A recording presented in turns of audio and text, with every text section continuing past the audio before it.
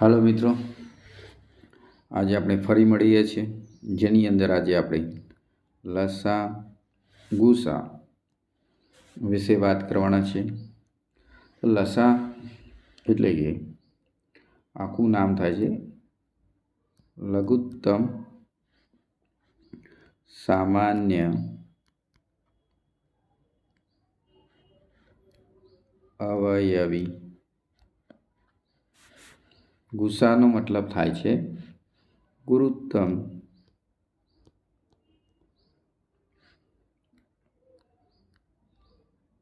સામાન્ય અવયવ એવો અર્થ થાય છે. લઘુત્તમ સામાન્ય અવયવી, ગુરુત્તમ સામાન્ય અવયવી એવો અહીં મતલબ થાય છે. ચલો, સૌ પ્રથમ આપણે લસાની વાત કરીએ તો લસામાં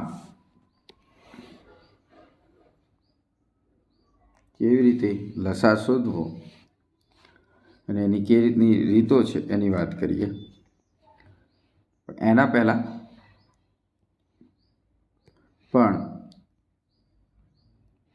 અવયવી ને અવયવમાં શું ફરક છે એની વાત કરીએ. તો સૌ પ્રથમ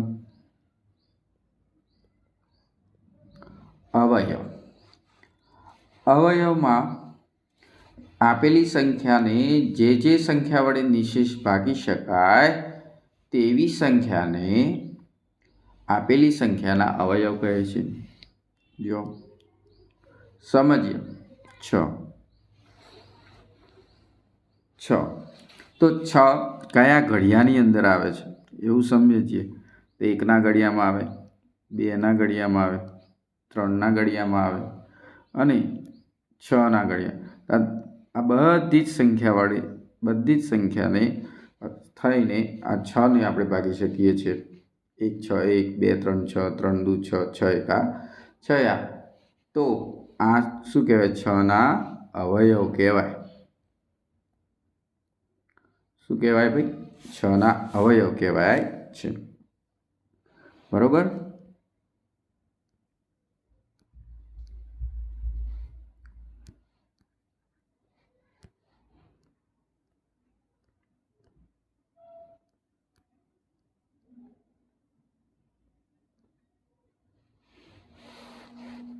બરોબર, 6ના અવયવ.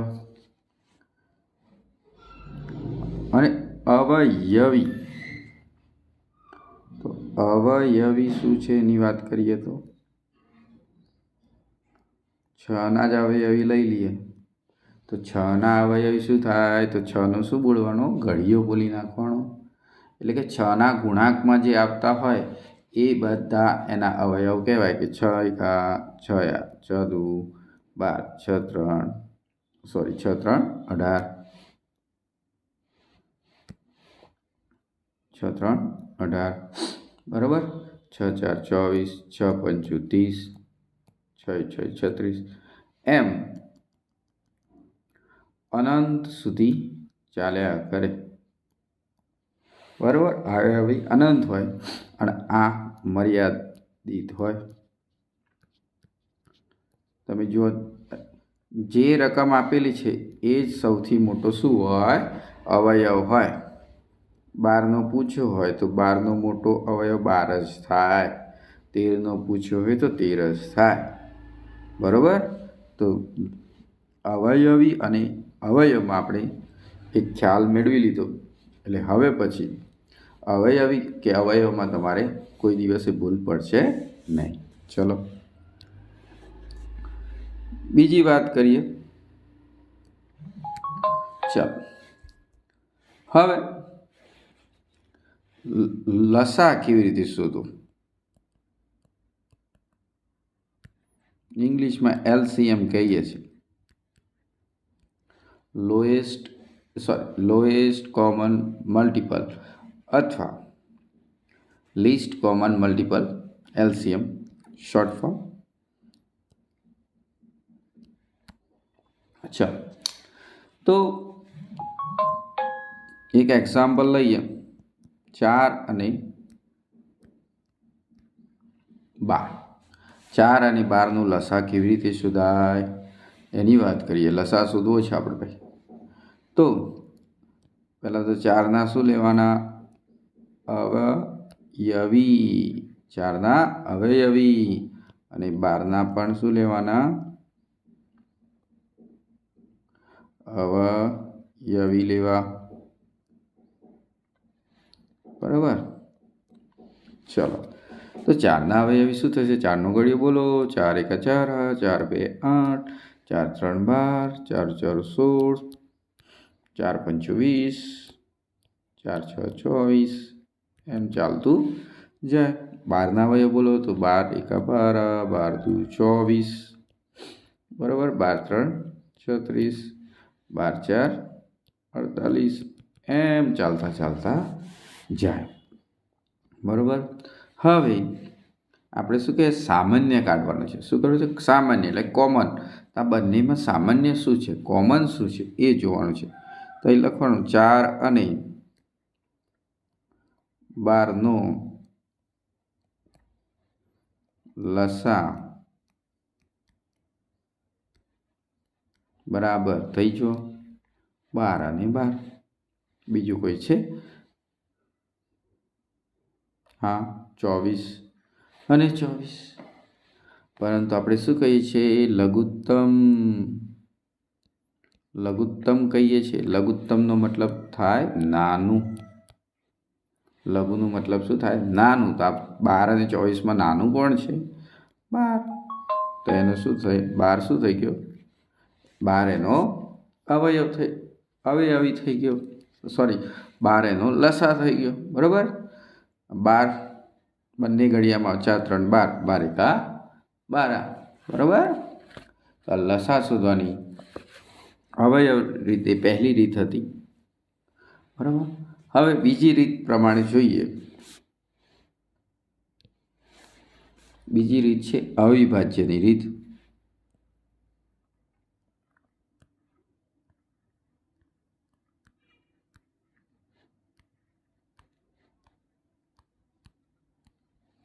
અવિભાજ્યની રીત.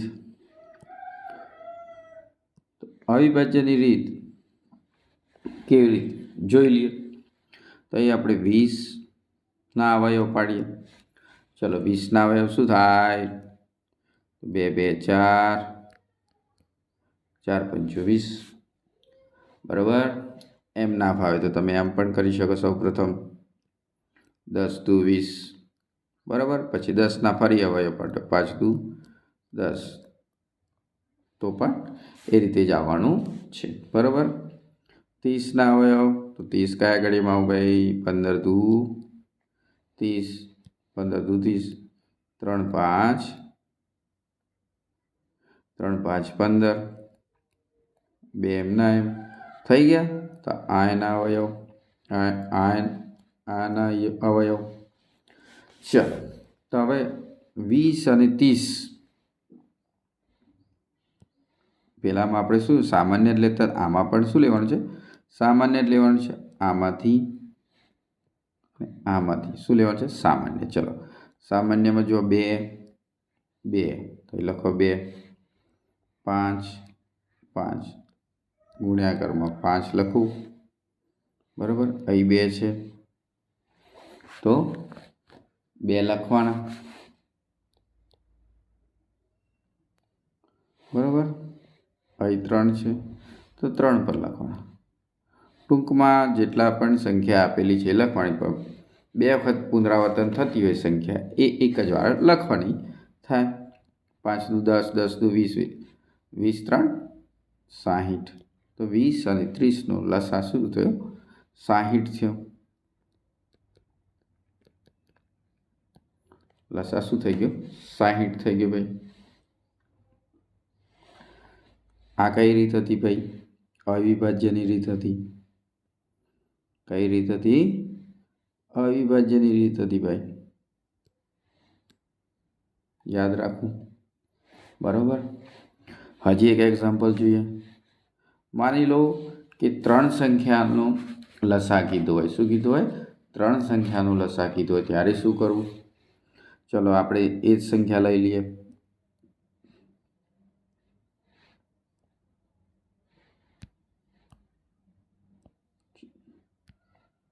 ચલો 20, 30 અને 40 આમ 3 સંખ્યાનો આપણે શું લેવો છે?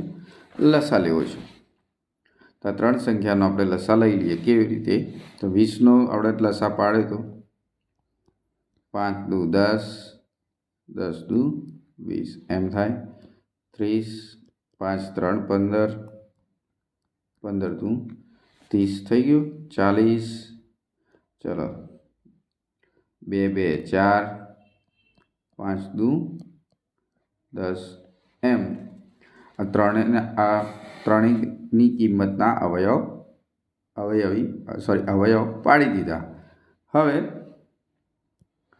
આ ત્રણેયમાં જે કોમન છે એ એક જ વાર લખવાનું અને જે કોમન નથી એ પણ લખવાનું. ચલો જોઈ લઈએ. તો લસા બરાબર, ચલો લસા કેટલો થાય એની વાત કરીએ. તો લસા 5, જો 5 5 5 આવી ગયા, ગુણ્યા 2 2 2 લખાઈ ગયા. ચલો ફરી બીજા 2 અહીં નથી, અહીં છે, લખી દીધા. ચલો અહીં 3 નથી, બીજે છે પણ તો પણ લખવાના, લખાઈ ગયા. બીજા 2 લખી દઉં, લખાઈ ગયા. ચલો 5 દુ 10, 10 દુ 20, 20 દુ 40, 40 ને 40 3 120. તો 20, 30, 40 આ ત્રણેયના મળીને કેટલો લસા થશે? 120. યાદ રાખવું, 2 વખત આપેલું હોય, ત્રણેયમાં આપેલું હોય કોમન તો એક જ વાર લખવું. 3 વખત લખવું નહીં ને તો જવાબ બદલાઈ જશે. બરાબર. ચલો હજી એક રીત છે જે આપણે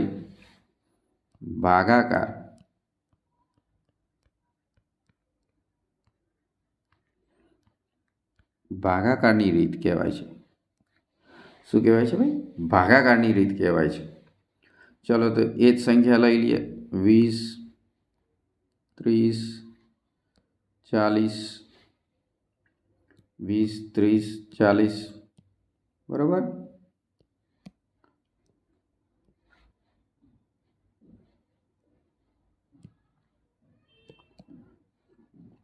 ચલો 2 થી શરૂઆત કરીએ. 2 10, 15 દુ 30 બરાબર, 20 દુ 40. ચલો 2 5 10, 10 દુ 20, 15 એમના એમ કે 2ના ઘડિયામાં 15 આવતા નથી. ચલો 2 5 10, ચલો 15 એમના એમ, 5 એમના એમ. ચલો 3થી શરૂઆત કરીએ તો 3 5 15 બરાબર. ચલો 5 5 5 એમના એમ, 5 એકા 5 આ. તો આ બધાનો શું કરી દેવાનો? ગુણાકાર. ચલો ભાઈ 5 દુ 10, 10 દુ 20, 20 દુ 40, 40 3 120. આમાં પણ જવાબ શું આવ્યો? 120 લસા જ આવ્યો. આ ભાગાકાર લસા શોધવા માટે. બરાબર. તો આ રીતે આપણે 3 રીતે લસા શોધી શકીએ છીએ.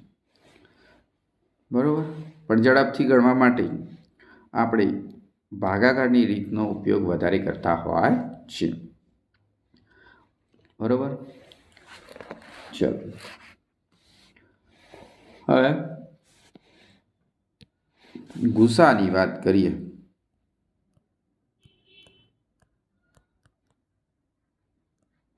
ગુસા એટલે HCF, હાઈએસ્ટ કોમન ફેક્ટર. ગુસા કેવી રીતે શોધવા? તો ગુસા શોધવા માટે સંખ્યા લઈ લઈએ. બરાબર. અવયવની રીતે આપણે કરી લઈએ. તો ચલો 20ના અવયવ.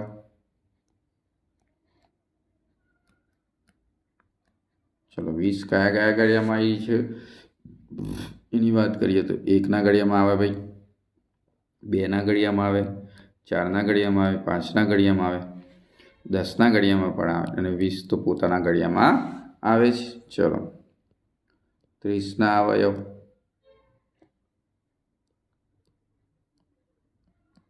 30ના અવયવ શું થશે? 1ના ઘડિયામાં આવે, 2ના ઘડિયામાં આવે, 3ના ઘડિયામાં આવે, 5ના ઘડિયામાં આવે, 6ના ઘડિયામાં આવે, 10ના ઘડિયામાં આવે, 15ના ઘડિયામાં આવે. 30 તો ખરો જ. હજી એક લઈ લે 40ના અવયવ. 40ના અવયવ તો 1ના ઘડિયામાં આવે, 2ના ઘડિયામાં આવે, સોરી 3માં નહીં આવે, બરાબર. 4ના ઘડિયામાં આવે, 8 પંચું 40, 5ના ઘડિયામાં આવે, બરાબર. 8ના ઘડિયામાં આવે, 10ના ઘડિયામાં આવે, 10 4 40, 20 દુ 40 અને 40 એકા 40. બરાબર. દરેકના અવયવ આપણે લખી દીધા. ચલો હવે ત્રણેયમાં સામાન્ય શું શું છે એ આપણે જોઈ લઈએ. તો 10 છે, 10 છે, 10 છે, બરાબર. એમ તો 2 2 2 છે, 4 છે ને અહીં છે પણ અહીં નથી એટલે ના લેવાય. 5 5 5, બરાબર. તો હવે આ ત્રણેયનો ગુસા શું લઈશું? તો ગુસા એ થાય ભાઈ, શું થાય કે ત્રણેયમાંથી સામાન્ય તો 3 સંખ્યાઓ છે, 1 2 5 10, પરંતુ મોટામાં મોટો અવયવ શું છે? 10. મોટામાં મોટો અવયવ શું છે? 10. આપણે લખીએ જ છે ગુરુત્તમ. ગુરુત્તમ ગુરુ એટલે શું થયો? મોટો. મોટો અવયવ આપણે પસંદ કરવાનો છે. તથા જે 1 2 5 આ 10માંથી સૌથી મોટો અવયવ કોણ છે? 10. માટે 10 શું થશે? ગુસા થશે. 10 શું થશે? ગુસા થશે. ખ્યાલ આવી ગયો? ચલો હવે અવિભાજ્ય અવયવની રીત.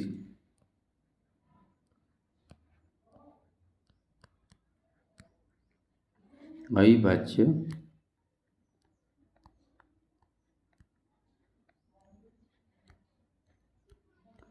અવયવની રીત.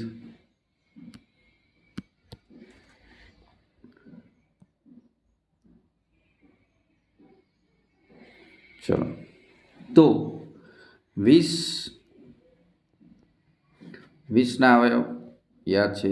2 2 4 5 થઈ જાય, બરાબર. 30ના અવયવ 2 ગુણ્યા 3 ગુણ્યા 5 એ પણ થઈ ગયા. ચલો 40ના અવયવ, ચલો તો 2 2 4, બરાબર. અને 5 દુ 10 એમ આ ત્રણેયના આપણે અવયવ લખી દીધા. હવે ત્રણેય સંખ્યાઓના અવયવ સામાન્ય હશે. સામાન્ય અવયવ નાનામાં નાની સંખ્યાને ધ્યાનમાં લેવાની. ચલો આપણે જોઈ લઈએ. સામાન્ય હોય જ લખવાના, પેલા જેવું નહીં બધા લખી દેવાના. તો અહીં જુઓ, ચલો બોલપેન બદલી લે. અહીં 2 2 2 તો અહીં લખો 2. અહીં 2 છે, અહીં છે, ના ના નહીં લેવાના. અહીં 5 5 5 છે ભાઈ. આ 2 ત્રણેય સંખ્યાઓમાં છે ભાઈ. 2માં સરખા હોય તો પણ નહીં લેવાના, ત્રણેયમાં હોય તો જ લેવાના, બરાબર. તો 2 ગુણ્યા 5 જવાબ શું આવશે? 10. સોરી, ગુસા કેટલો થઈ ગયો ભાઈ? ગુસા આપણો 10 થઈ ગયો. ગુસા કેટલો થઈ ગયો ભાઈ? 10 થઈ ગયો. યાદ રાખવું.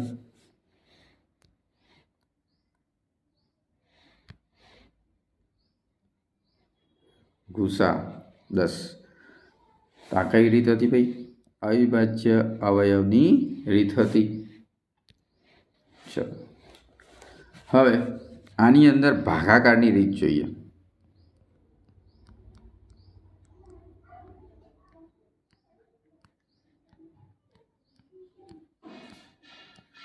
ચલો ભાગાકારની રીતમાં શું?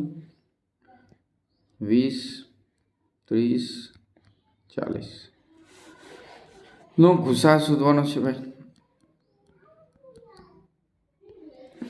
ચલો 20 30 40 હવે અહીં થોડું આપણે ધ્યાન રાખવાનું છે. ગુસા શોધતી વખતે ભાગાકારની રીતમાં આપણે જેમ લસા શોધે એમ સળંગ ભાગવાનું તો છે જ, પણ જે સંખ્યા ત્રણેયને ભાગી શકતી હોય એટલા સુધી જવાનું. જેમ કે જુઓ, 2ના ઘડિયામાં 20 આવે છે, હા ભાઈ આવે છે. 30 આવે છે ભાઈ, હા આવે છે. 40 આવે છે, હા ભાઈ આવે છે. ચલો હવે જો 2ના ઘડિયામાં 10 આવે છે, 15 આવતા નથી એટલે નહીં લેવાના. 3ના ઘડિયામાં 15 આવે છે પણ આ 10 અને 20 આવતી નથી, નહીં લેવાના. 5ના ઘડિયામાં જુઓ, 5ના ઘડિયામાં બધું આવી જાય. 5 દુ 10, 5 3 15, 5 4 20 બધા આવી ગયા. તો અહીં શું થયું? 2 ગુણ્યા 5 તો જવાબ શું આવ્યો? 10. તો ગુસા કેટલો આવી ગયો? 10. ગુસા કેટલો આવી ગયો? 10. ખ્યાલ આવી ગયો? આમાં પછી 2 કે 2 3 કે 3 2 2 4 એવું કરવાની જરૂર નથી. આમાં ખાસ યાદ રાખવાનું, જ્યારે ગુસા શોધતા હોય ત્યારે ત્રણેય સંખ્યાઓ 3 આપેલી હોય તો ત્રણેય સંખ્યા, 2 સંખ્યા આપેલી હોય તો 2 સંખ્યા કમ્પ્લીટ રીતે ભાગી શકતી હોય સંખ્યા એ જ સંખ્યા લેવાની, બાકી વધારાની સંખ્યા લેવાની નહીં. તો સરસ મજાનો લસા અને ગુસાની અંદર તમને ખ્યાલ આવી ગયો હશે. બરાબર? આટલી રીતે આપણે લસા ગુસા કરી શકીએ છીએ. અને લાગ્યું? Thank you. Like, share, subscribe તો તમે કરી જ નાખ્યો છે, તો પણ ફરી એકવાર કહેજો, સબસ્ક્રાઈબ કરી દેજો. ચેનલનું નામ યાદ રાખજો. બરાબર? Learn with Byju. તો આવા સરસ મજાના વિડીયો આપણે દરેક કોમ્પિટિટિવ એક્ઝામમાં કામ લાગે એવી રીતના રોજે રોજ આપણે વિડીયો દિવસે દિવસે અપલોડ કરતા રહીશું. તમારા બધાના સપોર્ટથી આપણે આગળ વધતા રહીશું. જય હિન્દ, જય ભારત.